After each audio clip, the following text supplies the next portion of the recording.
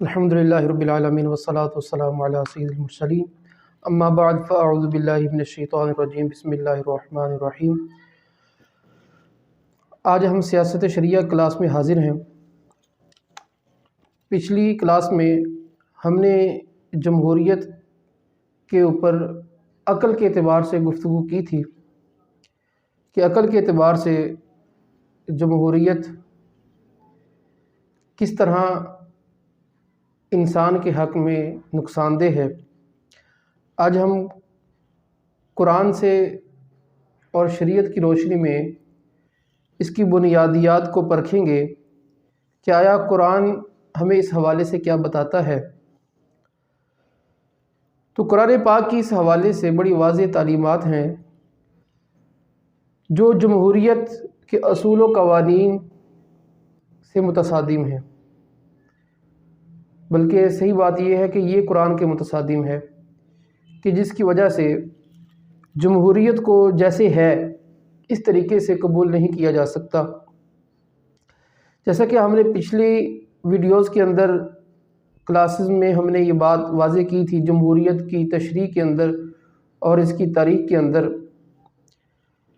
کہ جمہوریت کی بنیاد اور اس کو پروان چڑھنے اور آج چڑھانے میں یہ بات شامل ہے کہ دین کو حکومت، سیاست اور زندگی کے معاملات سے جدا رکھا جائے، کہ دین کا تعلق نہ تو حکومت سے ہے، نہ سیاست سے ہے اور نہ ہی زندگی سے ہے۔ تو اب اسلام تو یہ نہیں کہتا، اسلام تو ہماری زندگی کے جملہ شعبوں کا احاطہ کرتا ہے۔ ایسا نہیں ہے کہ حکومت میں دین نہ ہو، سیاست میں دین نہ ہو، زندگی کے معاملات میں دین نہ ہو، ایسا نہیں ہے، بلکہ دین تمام چیزوں کا احاطہ کرتا ہے۔ دین کو بعض حصوں میں شامل کرنا اور بعض سے نکال دینا، یعنی عبادت کے اندر اس میں لے آنا اور معاملات سے خارج کر دینا، یہ مکمل دین نہیں ہے۔ مکمل دین تبھی ہوگا کہ جب سارے معاملات میں دین کو شامل رکھا جائے گا۔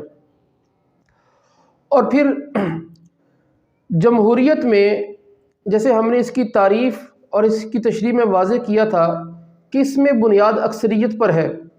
جمہوریت میں وہی قانون، وہی فیصلہ ہوتا ہے کہ جو اکثر کے نزدیک ہوتا ہے۔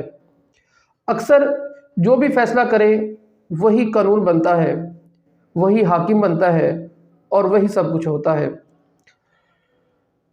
حالانکہ قرآن پاک اس نظریے کی نفی کرتا ہے۔ اللہ تبارک و تعالیٰ نے قرآن پاک کے اندر یہ واضح فرمایا قلیلا ما تشکرون، کہ شکر کرنے والے بہت تھوڑے ہیں، اور اکثر کے بارے میں فرمایا کہ اکثر تو گمراہ ہیں۔ اور ایک مقام پر اللہ تعالیٰ نے فرمایا وَإِن تُطِعْ أَكْثَرَ مَنْ فِي الْأَرْضِ يُضِلُّوكَ عَنْ سَبِيلِ اللَّهِ وَإِن يَتَّبِعُونَ إِلَّا الظَّنَّ وَإِنْ هُمْ إِلَّا يَظُنُّونَ۔ فرمایا کہ اگر تم اکثر کی پیروی کرو گے جو زمین میں ہیں تو یضلوک عن سبیل اللہ، کہ وہ تمہیں اللہ کے راستے سے گمراہ کر دیں گے، اور یہ تو صرف خواہش کی پیروی کرتے ہیں۔ جیسا کہ ہم نے پچھلی ویڈیو کے اندر یہ بات واضح کی تھی کہ جمہوریت کے اندر قانون کی بنیاد اگر کہا جائے عوام بھی نہیں ہے، حقیقت میں خواہش ہے۔ عوام کی خواہش جس جانب ہوگی وہی قانون ہوگا۔ اگر خواہش اچھائی کی طرف اگر بالفرض چلی جائے تو وہی اس کے نزدیک اچھی چیز ہے، اگر برائی کی طرف چلی جائے تو اس کے نزدیک وہی اچھی چیز ہے۔ اچھائی اور برائی کا معیار جمہوریت میں عوام کی گویا کہ خواہش ہی ہوتا ہے، عوام کی خواہش پر ہی سب کچھ بنتا ہے۔ اور یہ بات اللہ تعالیٰ نے قرآن میں ہمیں 1400 سال پہلے بتا دی کہ وَإِن يَتَّبِعُونَ إِلَّا الظَّنَّ، یہ صرف اپنے ظن کی اس کی پیروی کرتے ہیں۔ اب اسی طرح جمہوریت کے اندر دیکھا جائے تو جمہوریت میں جو حاکمیت ہوتی ہے وہ اللہ تعالیٰ کی نہیں ہوتی، جمہوریت میں حاکمیت عوام کی ہوتی ہے۔ یہی وجہ ہے کہ ہم عام سیاستدان یا خاص سیاستدان، مذہبی سیاستدان، غیر مذہبی سیاستدان جو جمہوریت کا لبادہ اوڑھے ہوئے ہیں وہ ہمیشہ یہ کہتے ہیں کہ ہم عوام کو جواب دہ ہیں، اب تمہیں عوام میں جانا پڑے گا۔ جب ایک لیڈر دوسرے کو للکارتا یہ جملہ بولتا اب تمہیں عوام میں جانا پڑے گا، عوام میں کس منہ سے جاؤ گے؟ ٹھیک ہے، عوام کو حساب دینا پڑے گا، عوام حساب مانگتی ہے۔ یہ تو کبھی نہیں کہا کسی نے کہ اللہ حساب مانگے گا، یہ تو کبھی نے کہا کہ شریعت کو جواب دینا پڑے گا. یہ جملے نہیں بولے جاتے. یہ کیوں نہیں بولے جاتے؟ کہ ان کے نزدیک حاکم وہ عوام ہے، اور اسلام کے میں حاکم اصل اللہ کا قرآن، حدیث اور اللہ اور اس کے رسول ہیں. یہ بندے تو صرف اس کا حکم نافذ کرنے میں ایک نمائندہ کی حیثیت رکھتے ہیں. اللہ تعالیٰ نے ایک ان کو مجازی حاکمیت دی ہے، اصل حاکمیت اللہ تعالیٰ کی. بندہ اصل جواب دے اللہ تعالیٰ کی ذات ہے. اور اس میں اللہ تعالیٰ نے ہمیں دو طرح کی ہمیں تفریقیں دی ہیں کہ حقوق اللہ اور حقوق العباد. جو حقوق اللہ ہے اس میں ہم اللہ کو جواب دے ہیں، حقوق العباد میں اللہ کے ساتھ ساتھ بندوں کو بھی جواب دے ہیں. لیکن ایسا نہیں ہے کہ ہر معاملے کے اندر بندہ صرف لوگوں کو جواب دے ہو. تو حقوق العباد بھی بندہ اس لیے پورا کر رہا ہوتا ہے کہ بندہ اللہ کو جواب دے ہوتا ہے. اسلام میں اس لیے پورا نہیں کر رہا ہوتا کہ لوگوں کو جواب دے ہیں. لوگوں کی خوشنودی مقصد نہیں ہوتا، اس میں بھی اللہ کی رضا مقصد ہوتی ہے. لیکن اس نظام کے اندر یہ کیا ہوتا ہے کہ اللہ کی ذات کو پیچھے کیا جاتا، اصل مقصود اور اصل ٹارگٹ خوش کرنا یا ناراض کرنا ساری ان لوگوں کی سیاستدانوں کا مطمع نظر عوام ہوتا ہے کہ عوام کس سے راضی ہوگی. یہی وجہ ہوتی ہے کہ دیکھتے ہیں کہ جلسے جلوسوں میں جو بھی واہیات حرکت کی جا سکتی ہے اور جس بھی طریقے سے لوگوں کو اپنے قریب کیا جا سکتا ہے، وہ قطع نظر سے کہ وہ اللہ کے خلاف ہے یا اللہ کے موافق ہے. اسلام اجازت دیتا ہے یا نہیں دیتا، بس کیونکہ مطمع نظر یہ عوام ہے. تو اس لیے یہ کہنا کہ پاکستان کا آئین اسلامی ہے اور یہ اسلام ہے اور اسلام کی روح سے تو فلاں روح سے، یہ صرف ایک لوگوں کو باتیں سنانے کی حد تک ہے، لیکن حقیقت میں اس کا وجود کوئی نہیں ہوتا. اب اس کے اندر جمہوریت کو دیکھا جائے، جیسے کہ میں نے پہلے کہا کہ یہ ہوتا ہی اس میں یہ ہے کہ اسلام کو الگ رکھا جائے اور بقیہ معاملات کو الگ رکھا جائے. اس میں ہمارے ہاں ایک نعرہ لگایا جاتا ہے اور ایک عرصے سے لگایا جا رہا ہے کہ دیکھیں بھی اسلام ہمارا مذہب ہے، جمہوریت ہماری سیاست ہے، اور طاقت کا سرچشمہ عوام ہے، اور کیپیٹلزم یا سوشلزم یہ ہماری معیشت ہے. یعنی تفریقیں رکھی ہوئی ہیں کہ کسی شعبے میں کسی چیز کو ڈالا ہوا، کسی شعبے میں کسی چیز کو ڈالا ہوا، اور کسی شعبے میں کسی چیز کو ڈالا ہوا. تو یہ تفریق نہیں ہوتی. اور پھر آپ یہ اندازہ کریں کہ پاکستان کا جو سیاسی نظام ہے جسے جمہوریت کہا جائے، اسلامی جمہوریہ پاکستان، جمہوریہ کے ساتھ اسلامی داخل کیا گیا.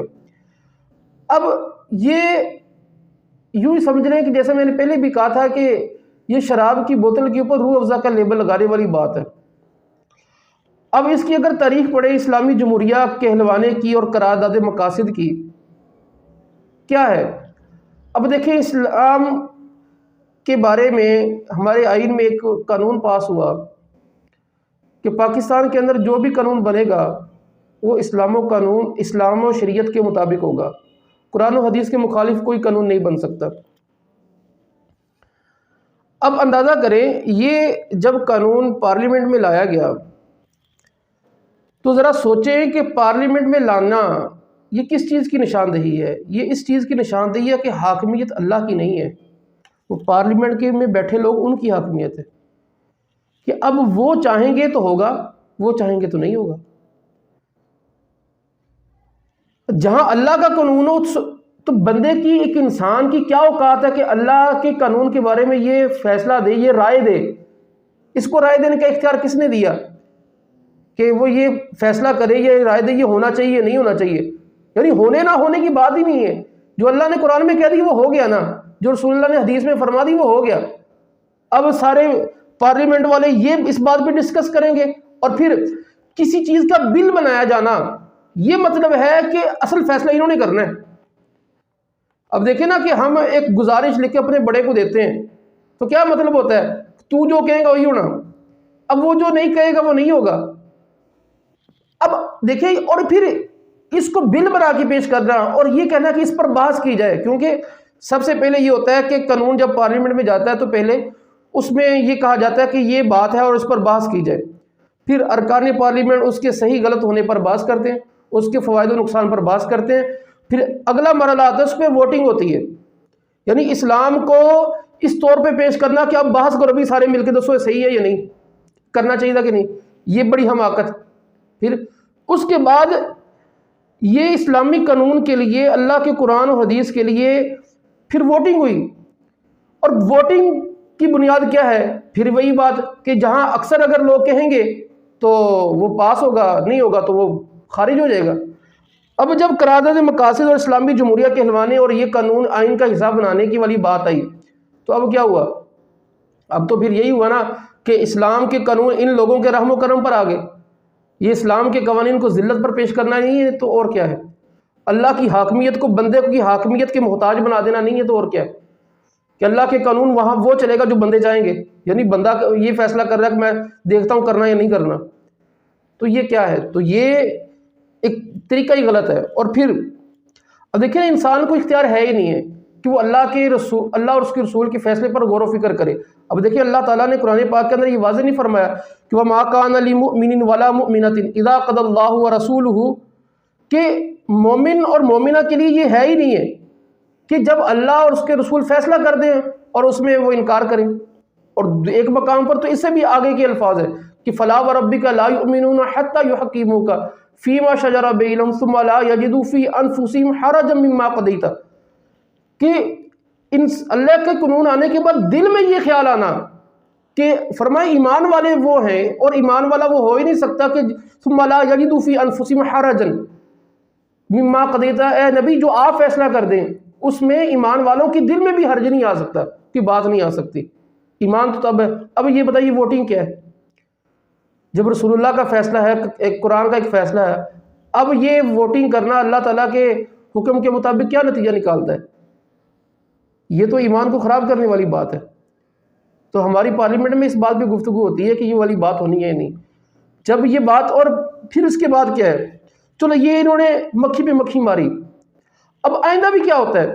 کوئی بھی اسلامی بات ہے اس کو پھر پارلیمنٹ میں لے جاتے ہیں، یعنی ان کی دماغی، یعنی ایک دفعہ پہلے پاس کر لیا کہ یہاں پر ہر چیز قرآن و حدیث کے مطابق ہوگی، پھر اب جو بھی قرآن و حدیث کی کوئی بات نافذ کرنی ہو تو پھر اس کو سارے یہ فاسق و فاجر لوگ بیٹھ جاتے ہیں کہ اب فیصلہ کریں۔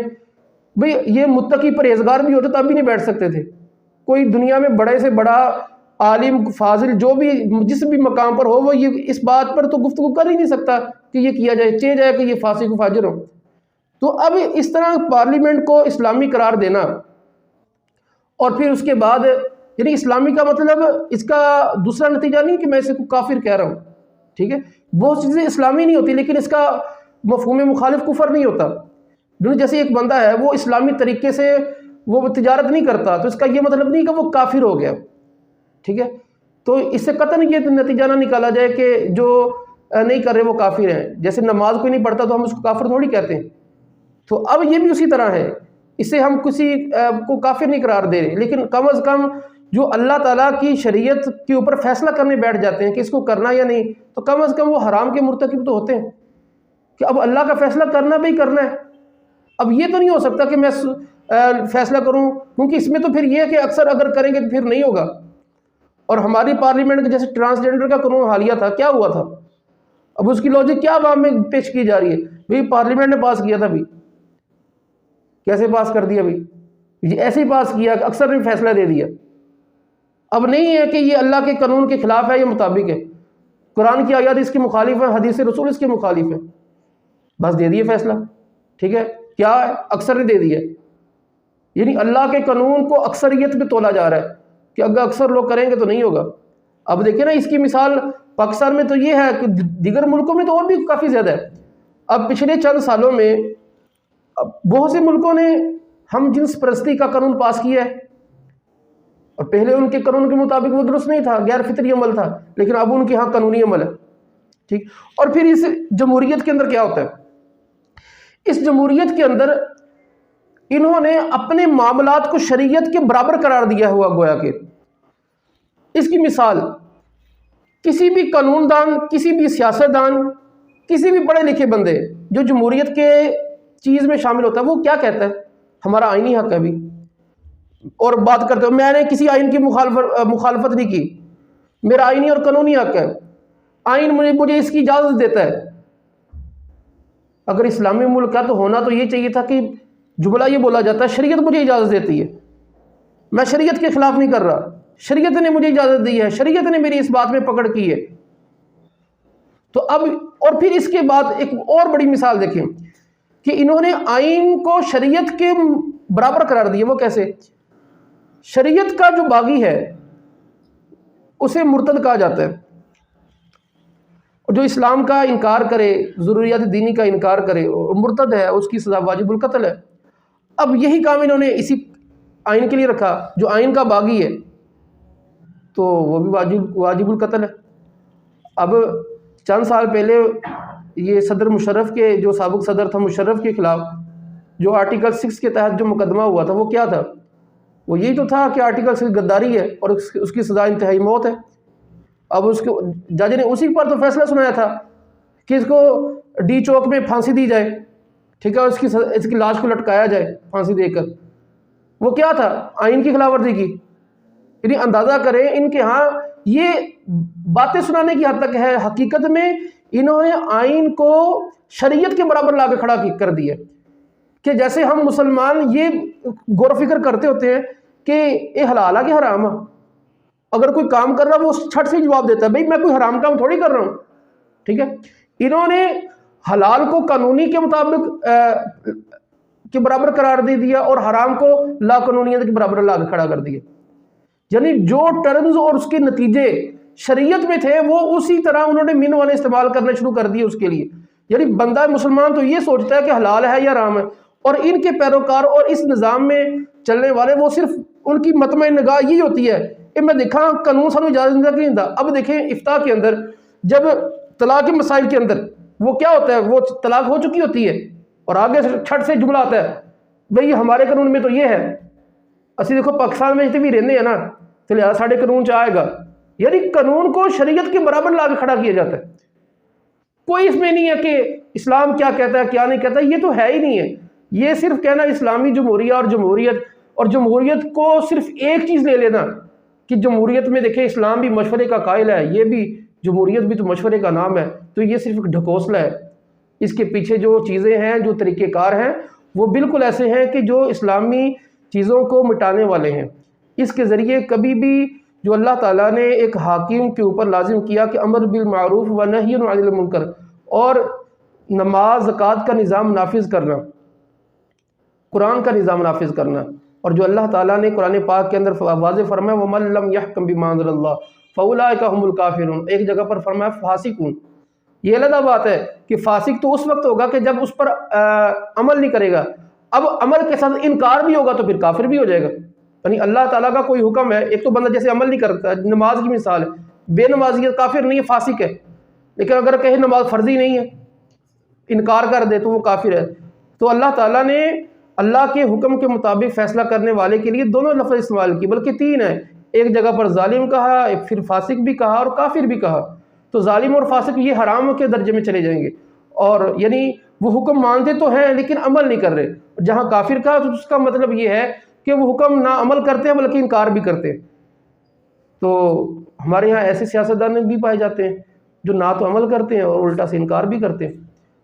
تو اب ہم اس بات پہ تھے کہ جمہوریت کا جو سسٹم ہے، جو نظام ہے، یہ دیکھنے میں اور خصوصاً پاکستان میں دیکھنے میں تو اسلامی ہے، لیکن حقیقت میں یہ اسلامی نہیں ہے۔ تو ہمیں اس بات پر جد و جہد کرنی ہے کہ ہم پاکستان کے اندر اور ہم جہاں بھی ہیں کہ ہم اللہ تعالیٰ کے قوانین کو نافذ کرنے کی کوشش کریں، اور اپنے جتنی کوشش ہو سکتی ہے اور اس کوشش میں اپنا حصہ ضرور شامل کریں۔ اللہ تبارک و تعالی ہمیں اسلامی نظام عطا فرمائے، آمین بجاہ نبی الامین صلی اللہ تعالی علیہ وسلم۔